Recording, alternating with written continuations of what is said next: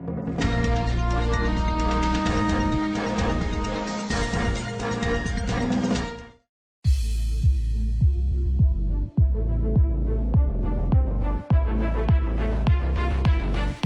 yang tidak merasa senang saat melihat hasil seleksi nasional masuk perguruan tinggi negeri dan dinyatakan lulus?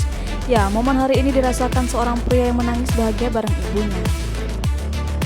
Kreator TikTok membagikan momen haru sekaligus membahagiakan dalam hidupnya karena berhasil lulus SNMPTN 2021 dan diterima di kampus impiannya yakni Udayana Bali. Dalam video itu, pria yang akrab disapa Dipa awalnya tak sabar menanti hasil SNMPTN 2021 meski ada perasaan takut gak lulus. Namun setelah melihat hasil yang ditayangkan secara online, Dipa pun loncat kegirangan dan mencari ibunya. Dia dan ibunya tak kuasa menahan tangis bahagia. Keduanya pun menangis bersama saking senangnya Dipa bisa masuk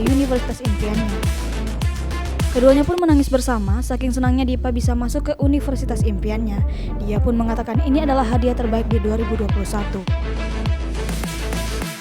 Video momen bahagia Dipa bersama ibunya mendapat kelulusan SNMPTN 2021 ini kemudian viral dan sudah ditonton lebih dari 3,5 juta kali.